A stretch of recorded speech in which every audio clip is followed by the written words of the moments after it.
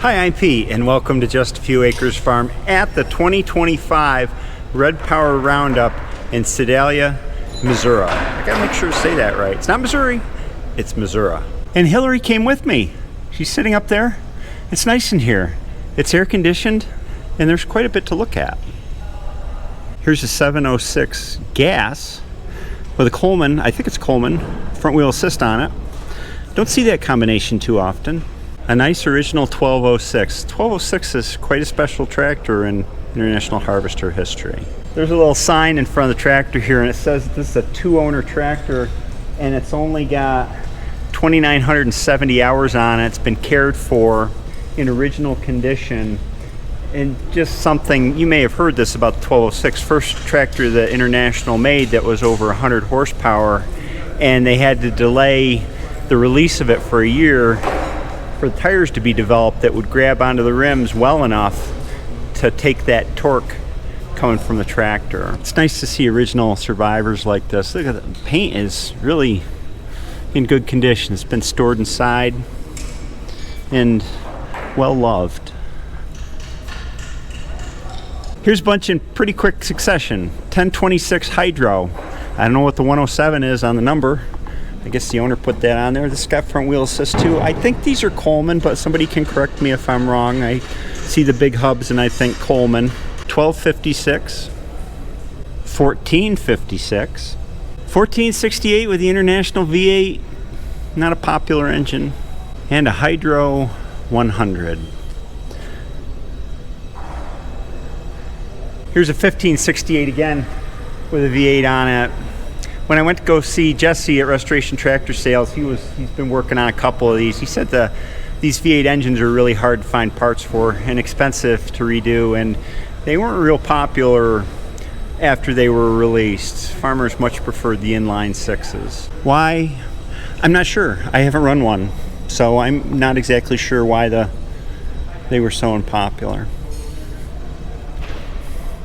This one's been done really nicely.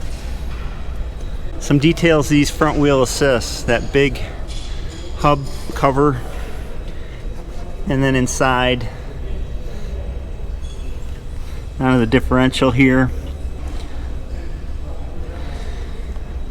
And they are driven off of the transmission via this drive shaft, which comes back to this gearbox that mates into gears in the range transmission here.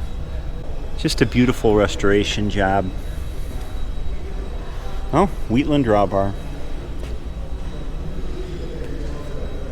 Look at the size of the bull gears on this 1568. See how wide the housings are? You got to imagine the bull gear in there is probably close to that width. On the 56s, like my 856, it's probably that wide. It sticks out about that far. This is more than twice that. Every year at Red Power Roundup, they feature something different. And this year, it's these anteaters, 2+2s. And I think Scout trucks. 2+2 was International Harvester's first true four-wheel drive tractor where you could transmit all the power between the wheels equally. You've got equal responsibility. The drive shaft's in the center instead of off to the side like I showed you on those Colemans. And the whole tractor's articulated. It pivots in the middle to steer. They were called anteaters for good reason. They look kind of like that. And they started with a 986 rear end here, and then this front axle was completely redesigned. I think they were made in the Czech Republic for these tractors, and then they worked upward from there into more and more horsepower, approaching 300 horsepower before IH was sold, and well, you know the rest of the story. The reason I know this is because I spent 10 minutes talking to the owner of all of these tractors, and actually he owns all of these tractors all the way around here, except for some that are over where I'm going to show you next.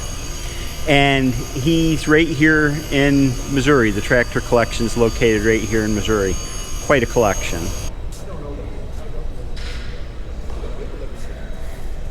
This 7488 is one of 16 in existence. Now if we go over here to this side of the Coliseum, they're doing a project during the show. They got lots of guys here And they're going to restore an F-14 in 3 days. They've just started. Taking apart the radiator, they're going to put a new core in that. Hi. Here's the engine block. Good morning. Good. Happy to see this happening. Looks like they cleaned up the outside of the block and put new sleeves in it. They got a lot of work to do.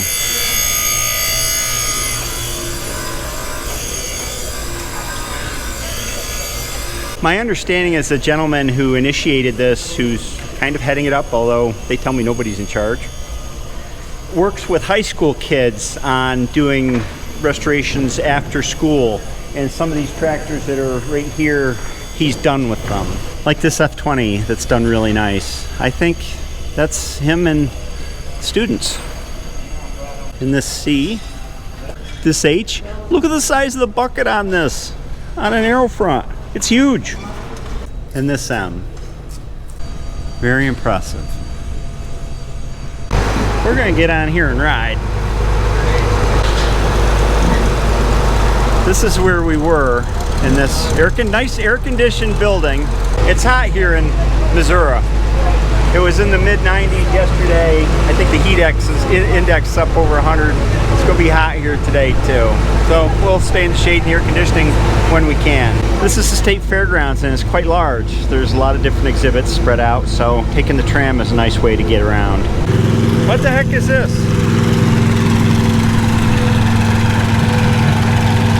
Oh my gosh. And what's this? Oh, somebody buried a tractor again? Solar powered. Hilarie and I have been trying to get the lay of the land before I start focusing more on one thing or another, just to see what all there is here. And they're doing the daily parade right now. Jerry and Janice Jacobs from Chadwick, Illinois. A very nice one, and he probably knows. This is the main outside area for tractors. They've got other tractors in buildings kind of divided by group. We'll walk through these and see what there is. This 1206 is all dressed up.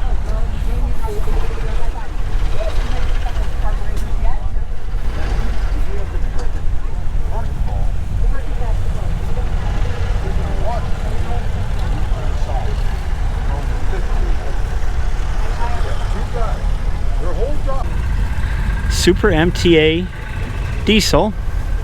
It's got front weights on it and on the front wheels. And the cool thing, it's got a rollover plow on the back, hydraulic. Those must be fun to work in the field. Cablo boy. Pretty good size, but if you know anybody who has one of those. Row in 1950, year 1950, demonstrators, painted white, Cub, Super A, and a C. Little shop mule. It's got a C113 series engine in it. Same as you would find in an A, B, C, etc. This is a 460 utility, which is a lot like a row crop 460 as far as powertrain goes. One thing I noticed that I haven't noticed before is the air cleaner here. It's a lot different from a row crop. I assume it's still an oil bath cleaner, but I don't know for sure. Of course, the steering linkages are different. It comes into a steering box here and straight up to the steering wheel there, and you sit a lot lower. Smaller diameter tires. That's really the difference between a utility and a row crop. Nice 130. It was based off the Super A, evolution of the Super A, 100 to 130. H looks like set up for pulling. Super MTA and 806. Let's go look at that. Somebody put a lot of attention into this 806. Must have an M&W turbo on it. They painted the air intake and the turbo's sitting up in there. Look at, they used grade 8 bolts there, left them unpainted. There's a lot going on here. Huh. The grill on these is so strong looking, you know, it's just cast metal.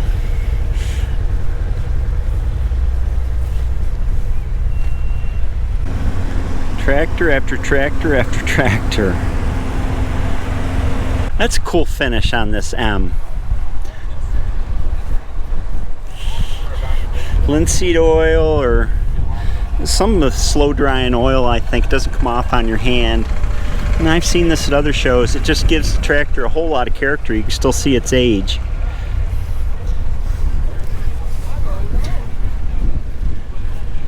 I've only seen but a few of these, and they're pretty cool in a kind of Rube Goldberg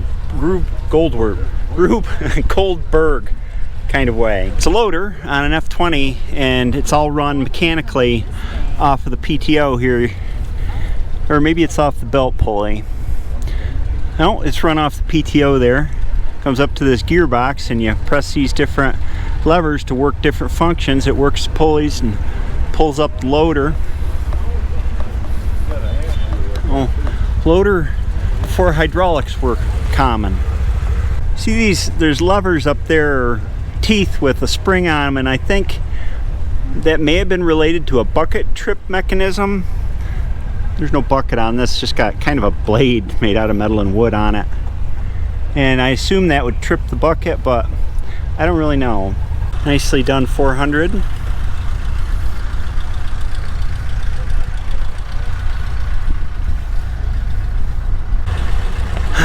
A Super HTA. You'll see these quite often. International never made them. They never made a Super HTA. They made a Super MTA, but for the H they went to the 300. No TA on any Super H. People will make these various ways. I think one of the easiest ways is to put the front end from an H on the rear end from a 300, so you've got the TA gearbox in there. Maybe you can just take a 300 and put H sheet metal on it, I don't know. But International never made them. Contrary to what you see on Facebook Marketplace once in a while. Just a cool thing that creative people do. Make something that was never made originally. It's hot out here. I don't know how long we'll last till we head into the air-conditioned buildings looking at, we can spread this out. We're gonna be here 2 days plus a half of the third before we have to head back. Just some notes about Red Power Roundup. It's the national show for International Harvester. Of course, International Harvester hasn't been around for 40 years now after it was merged or taken over by Tenneco, and then through a series of sales and acquisitions. It's not what it was, but there's a lot of people that still keep the memory alive at these shows. The show moves every year. So this year it's in Sedalia, Missouri. Next year it moves up to where? Iowa. Or Dakota, North Dakota, South Dakota? It was in Iowa last year. It moves around every year, and I talked to some of the folks that are on the national committee, the national organization for the international clubs, and they plan it 4 years in advance. So this year they're planning 2028, and different locations will put in their proposals for having the show at their place, and they kind of look through them and decide which is the best. And so it's nice that it moves around because every one has the local flavor of the tractors that were used in that area. When I was in Nebraska, I saw a whole lot of really big tractors 2 years ago, and not a lot of really small ones. Here we seem to have a nice mixture of all the way from Cub Cadets and Cubs all the way up through the big stuff. Here's a Super A with a mid-mounted sickle bar mower. It looks like it's 6 feet maybe. I always thought it'd be nice to have a mid-mount mower because you can look straight down from the driver's seat and see what you're mowing. You don't have to look back at all. Turning would be weird for me though, because the mower is easier to turn when it's in back, and you can make square corners really easily. I don't know how a mid-mount would be. They just keep going.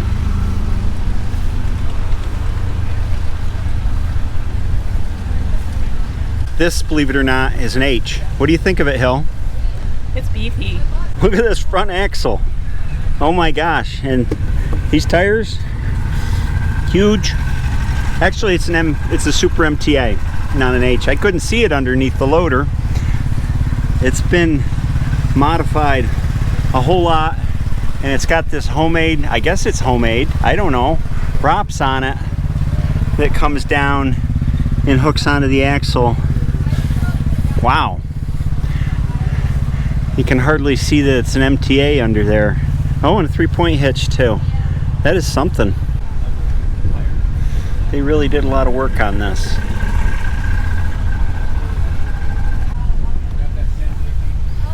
Power steering there. 24 gallon per minute hydraulic pump driven off the crankshaft.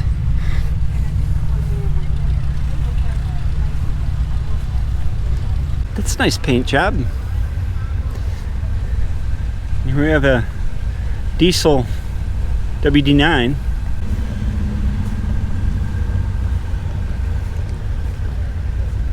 This is a really nice F14. It's got a wide front on it, which they aren't very common and quite expensive up in our neck of woods. Find a wide front for a 14 or a 20 or a 30, and nicely restored. Look at these tires.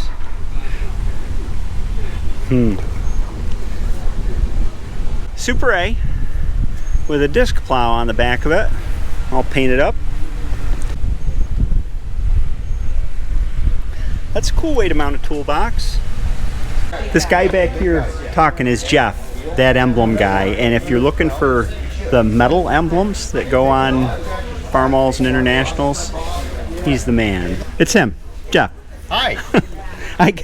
Jeff refurbished a set of emblems for my 856 Custom, and I traded him my old ones, and then I have the long International emblems, kind of like those, and Jeff's got it all. We have a lot of emblems here, and we have every emblem that IH made for a tractor from 1955 to 1971. Every single one is on that display. Oh my gosh. Thank you. Thank you, sir. Look at them all. I would think these are pretty rare ones here. It was export only. He refurbishes them. You give him, your old beat up, and he'll turn it into looking like new. Jeff has a display over here of all the badges, kind of, I think they're chronological maybe? I'm not sure. They're supposed to be. They're supposed to be. And it goes all the way around. Here's the 100s and 50s. And then on to the 06s, the 04s, the 56s. Yeah. The industrials.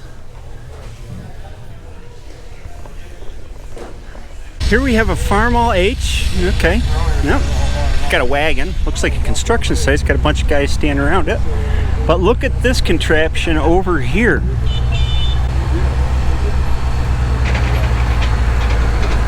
What do you make of that? It's got an elevator. Conveyor comes up, does some things in here, and dumps into the wagon. Here's the other side. It has a wagon over here.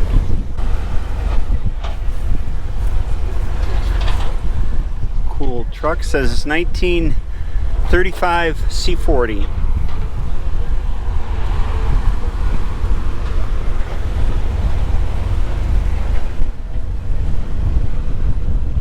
So there's some pretty cool machinery in this device.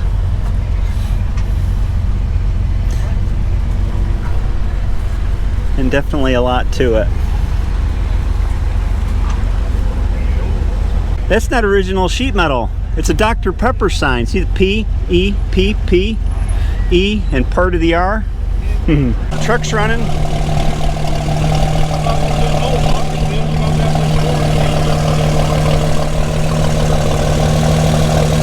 They got the machine running. It is powered by the truck.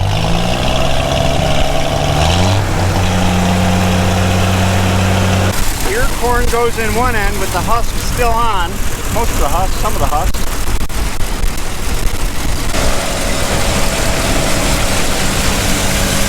Corn kernels come out this spout of an auger. Chaff flies out that blower there, husk. Cobs come out this conveyor into here.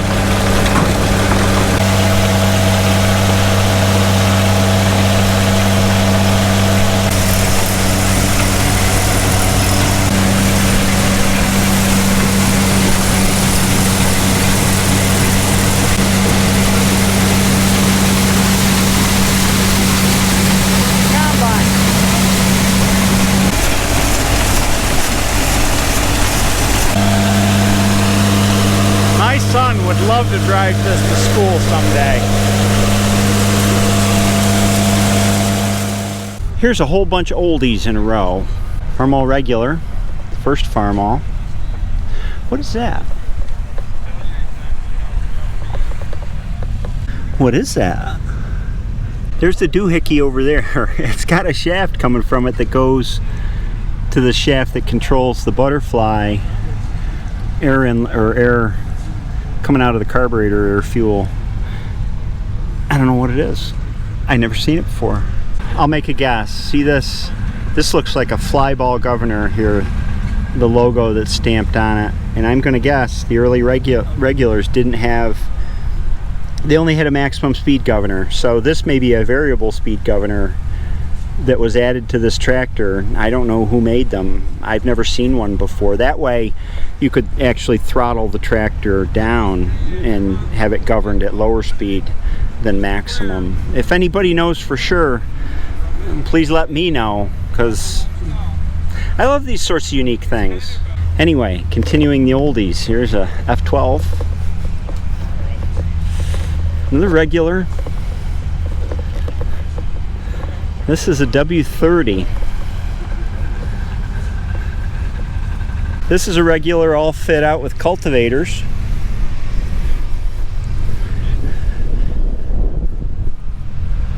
In the beginning of the video I mentioned that the show this year was featuring 2+2 tractors, Scouts, and I forgot a third one, which is the W40 tractor and its variants. They got a whole bunch of them lined up going back towards me as well. They came in a bunch of variants. This is a WD40, not to be confused with the fluid, and it's one of the pre-runners to the MD that I have. So this side is gasoline. It's got this ancient looking carburetor on it, magneto, and then you come around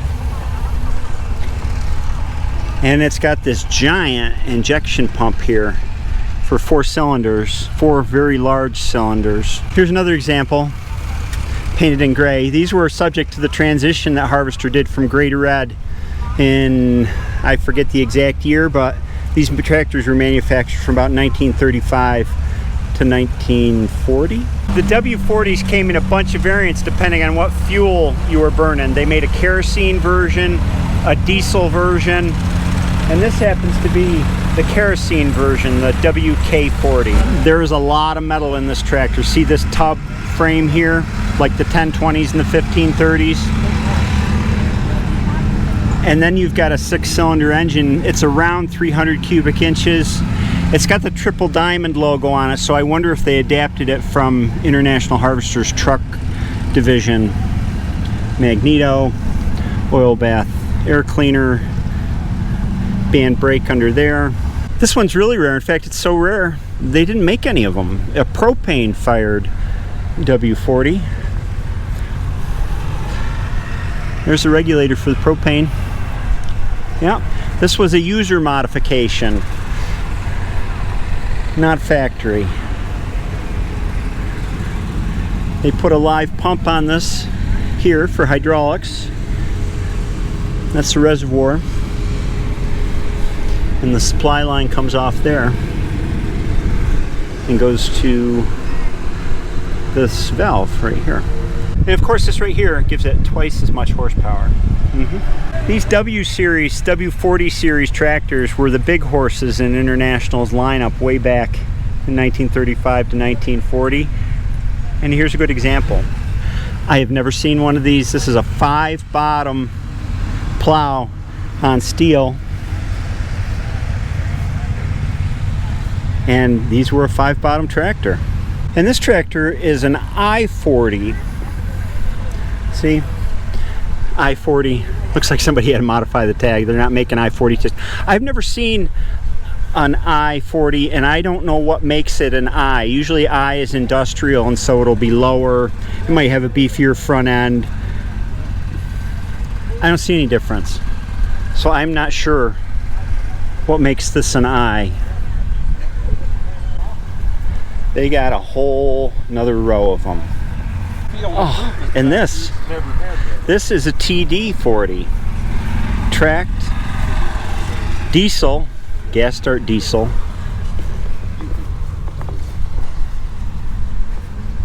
.40. It's got a different kind of pump on it than the straight wheeled WD-40 that we looked at. Seat looks comfortable. They started up this WD-40. It's running on diesel now. Unfortunately, I missed the gas portion. This switches over automatically. See that?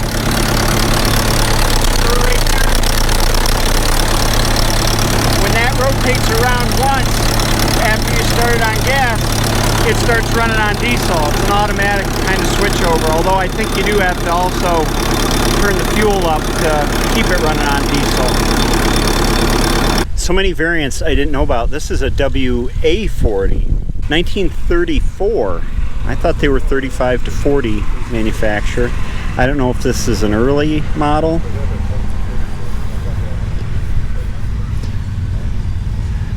Talking to folks here, I guess that this WA-40 and this WD-40, the gas start diesel, are pre-production W40. So that's why the date on this one was 1934. And this is, I think it's serial number 503. They start with 501. And then the serial number on this one is 510. So these were kind of experimental tractors, pre-production. And there are differences. That setup is different for the changeover switch. I don't know if that must be a fuel filter. So I did a little research because I was getting confused between the WK-40, the WA-40, and the straight W40. The WK-40 is specifically to start on gasoline and run on kerosene, and a straight W40 like this is designed to start on gasoline and run on distillate, which was the most common fuel of the time. I'm not sure what the difference was, if there was a different compression head put on it, or if there was some difference in the manifold. I'm sure somebody can clarify. And the WA-40 was just an early version, possibly with a slightly smaller engine. These were IH truck engines that they used, and they dropped that A designation not too far into production as the engine size settled, I guess. Clear as mud, right? I don't know. It's kind of interesting to figure these things out, although I have a better time figuring out by looking through books and reading online than looking at tractors to show. What is this?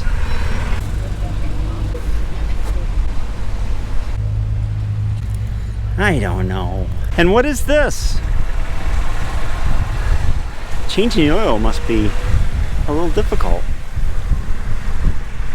It's 3 A's hooked together into one.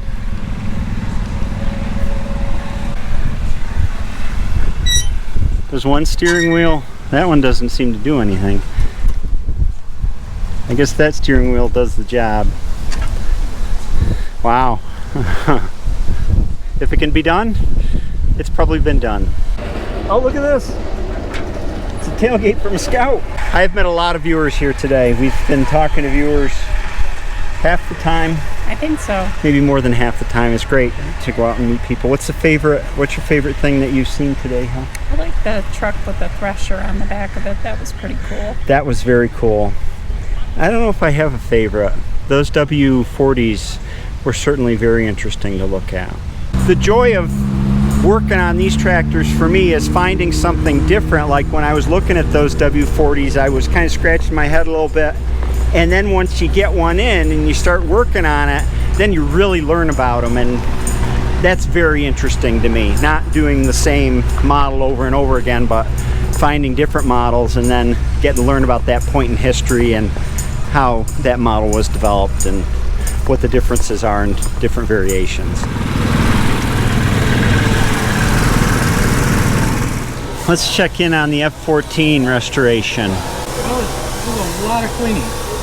I'll bet. Oh, compressing it in 3 days, something I could never do. This new sleeves or pistons or sets? New sets. Looks like they've done some cleaning on the frame. Of course, the engine's out. Looks like somebody's gone over this fairly well. The engine, new sleeves. Well, it's a lot nicer in here than it is outside. Yes. New cores in the radiator. Of course, this got top and bottom tanks that are bolted onto the core.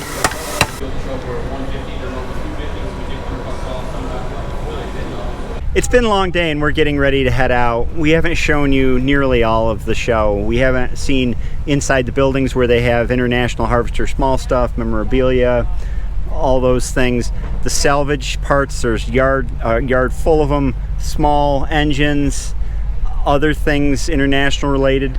The Scouts, the finishing of that Farmall F14, and more tractors. There's lots more tractors to show. So we'll continue this tomorrow morning. I hope you enjoyed this video. Please tune in for the next one. We'll see you next time.